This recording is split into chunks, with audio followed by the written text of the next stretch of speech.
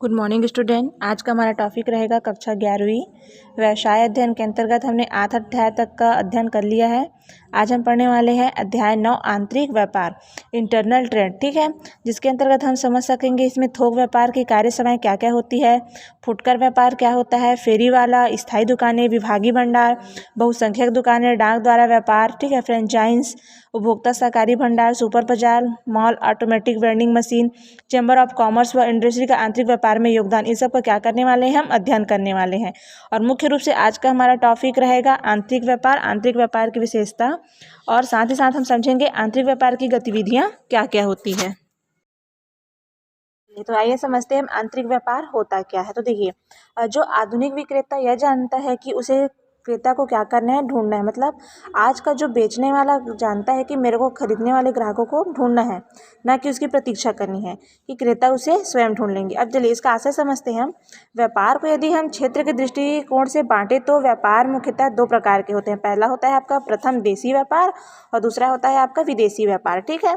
कौन कौन सा होता है, देशी व्यापार और विदेशी व्यापार। और विदेशी व्यापार में व्यापार का क्षेत्र एक राष्ट्र से दूसरे राष्ट्र के व्यापारियों के मध्य होता है, ठीक है, जबकि देशी व्यापार में व्यापार का क्षेत्र राष्ट्र स्तर का ही होता है। इस प्रकार देशी व्यापार राष्ट्र की सीमा के अंदर होता है। आंतरिक व्यापार से ऐसे व्यापार से माना गया है जो किसी देश की सीमाओं के अंतर्गत होता है। किसके अंतर्गत होता है, जो किसी देश की सीमा के अंतर्गत होता है, ठीक है। यह थोक एवं फुटकर दोनों प्रकार का होता है। अब देखिए इसके आगे हम समझेंगे कि थोक व्यापारी और फुटकर व्यापारी होता क्या है, लेकिन आंतरिक व्यापार का आप समझ लिए होंगे कि आंतरिक व्यापार का आशय ऐसे व्यापार से लगाया गया है जो किसी देश की सीमा के अंतर्गत ही व्यापार किया जाता है, ठीक है। अब देखिए आंतरिक व्यापार की विशेषताओं में किसको किसको शामिल किया गया है। तो देखिए आंतरिक व्यापार जिसे हम गृह व्यापार भी कहते हैं। देखिए अगर आपसे पूछा जाता है कि गृह व्यापार किसे कहते हैं तो आपको डाउट में नहीं आना है, क्योंकि देखिए आंतरिक व्यापार को ही गृह व्यापार भी कहते हैं, ठीक है, और इसकी विशेषताएं बहुत सारी होती है। अब देखिए इसकी विशेषताओं में बोला जा रहा है तो संपूर्ण भुगतान एवं प्राप्तियां राष्ट्रीय मुद्रा जो भारत में जो रुपया है उससे की जाती है, ठीक है। और सामान्यतः माल को एक स्थान से दूसरे स्थान भेजने में कोई प्रतिबंध भी नहीं होता, क्योंकि ये अपने राष्ट्र अपने ही देश की सीमा के अंतर्गत ही होता है। माल के ट्रांसपोर्ट के विभिन्न माध्यम उपलब्ध होते हैं, जैसे आपका हो गया रेल, सड़क, हवाई जहाज, अन्य, ठीक है। अब देखिए इसमें ध्यान देने वाली योग्य बातें कौन कौन सी है। तो प्रत्येक व्यापारी की सफलता एवं व्यापार का विकास वस्तुओं के क्रय विक्रय की आधुनिक प्रणाली पर निर्भर करती है, लेकिन व्यापारी का उद्देश्य कम लाभ अधिक विक्रय होना चाहिए, ठीक है। लाभ कम हो लेकिन बेचना क्या हो, बहुत ही ज़्यादा अधिक हो, क्योंकि वास्तव में जब माल का विक्रय करना एक क्या है, कला होता है, ठीक है। अतः व्यापारी को वस्तुओं का क्रय विक्रय करते समय बहुत सारी बातों पर ध्यान देना चाहिए। जैसे विक्रय करते समय क्या क्या बातों पर ध्यान देना चाहिए। तो विक्रय से क्रेता को संतोष प्राप्त होना चाहिए। मतलब जो ग्राहक है वो खरीदने वाले से, मतलब जो बेचने वाला है उसे क्या होना चाहिए, वो संतुष्ट होना चाहिए। जो बेचने वाला वो लाभदायक होना चाहिए। विक्रय के व्यय कम होने चाहिए, ठीक है। विक्रय में निरंतर वृद्धि होनी चाहिए। साथ ही साथ विक्रय की शर्तें आसान एवं वस्तुएं अच्छी होनी चाहिए। कम लाभ अधिक विक्रय, यह उद्देश्य लेकर ही अपना व्यापार क्या करना चाहिए, शुभारंभ करना चाहिए। साथ ही साथ विक्रय का उद्देश्य स्थायी एवं नियमित ग्राहक बनाना होना चाहिए, ठीक है। अब देखिए विक्रय वैधानिक विधि द्वारा किया जाना चाहिए। ये हो गया आपका क्या, विक्रय के समय ध्यान देने योग्य बातें। अब क्रय करते समय कौन कौन सी बातों पर ध्यान देना चाहिए। तो क्रय करते समय खरीदते समय तो क्रय मानक वस्तु का होना चाहिए। क्रय की शर्तें उचित और सरल होनी चाहिए। क्रय उचित समय और मांग के अनुसार भी होना चाहिए, उचित मात्रा में होनी चाहिए, विधि उचित होनी चाहिए, और साथ ही साथ क्रय उचित मूल्य का होना चाहिए। ये हो गया आपका क्या, आंतरिक व्यापार की विशेषता। और आंतरिक व्यापार में ध्यान देने वाली बातें कौन कौन सी होती है, जिसमें क्रय करते समय भी बातों पर ध्यान दिया जाता है और विक्रय करते समय भी निम्नलिखित बातों पर ध्यान दिया जाता है, ठीक है। अब देखिए आंतरिक व्यापार की गतिविधियां क्या क्या हैं। तो देखिए क्रय विक्रय क्या है, व्यापार है। विक्रेता वस्तु प्रदान करता है और मूल्य प्राप्त करता है, किंतु क्रेता मूल्य प्रदान करता है और वस्तु प्राप्त करता है। जस्ट उसके अपोजिट होता है, क्योंकि देखिए क्या बोला जा रहा है, विक्रेता वस्तु देता है और मूल्य प्राप्त करता है, और क्रेता मूल्य देता है और वस्तु प्राप्त करता है। बातें समान है लेकिन दोनों में क्या थोड़ा सा अंतर रहता है। लेकिन यहाँ पे यह समझ लेना हमारे लिए आवश्यक होता है कि क्रय विक्रय एक ही क्रिया का क्या है, नाम है। मतलब खरीदना और बेचना हमारा क्या है, एक ही क्रिया क्या है, बस उसके थोड़े से अपोजिट हैं। ठीक है, जो एक पक्ष के लिए क्रय है वही दूसरे पक्ष के लिए क्या रहता है, बेचना। जहाँ पे एक व्यक्ति खरीद रहा है वहीं पे दूसरा व्यक्ति क्या कर रहा है, उस वस्तु को बेच रहा है। इस प्रकार वस्तु भी एक है जिसमें एक पक्ष होता है और दूसरा पक्ष क्या होता है, प्राप्त करता है। ठीक है, यह आदान प्रदान की सामान्य प्रक्रिया भी मानी जाती है।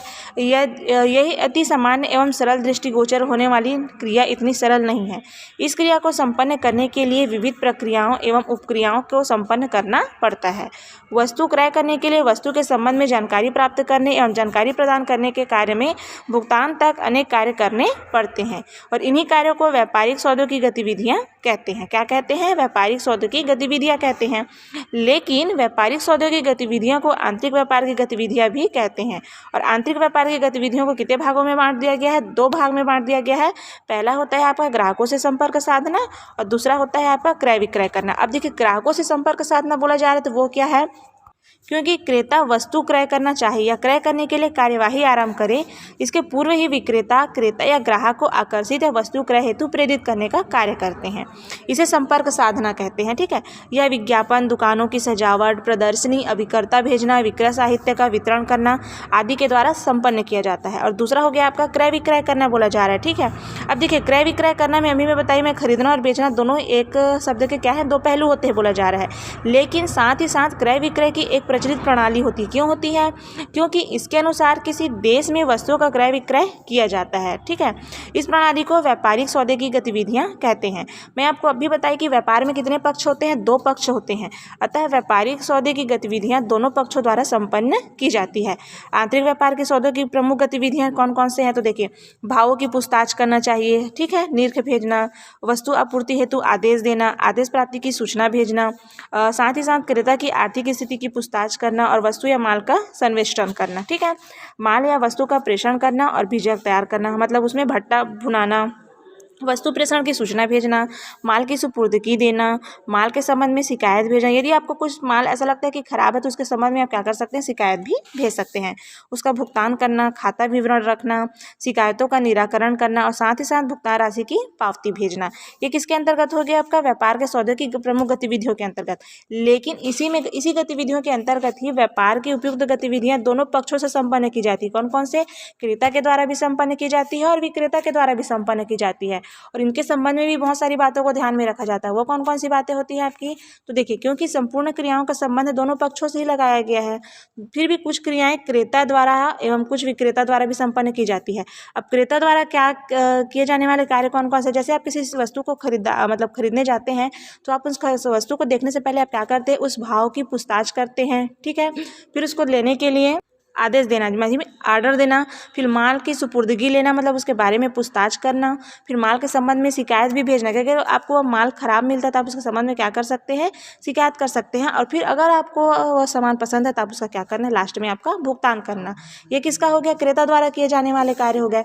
उसी प्रकार से विक्रेता द्वारा किए जाने वाले कार्य क्या क्या है, निर्ख भेजना, आदेश प्राप्ति की सूचना देना, क्रेता के आर्थिक स्थिति की जानकारी भी प्राप्त करना, माल का संवेष्टन करना, माल और वस्तु का प्रेषण करना और साथ ही साथ माल या वस्तु का क्या करना है, बीजक तैयार करना है। ठीक है, उसमें क्या करना है, आपको उसकी पावती बनाना है।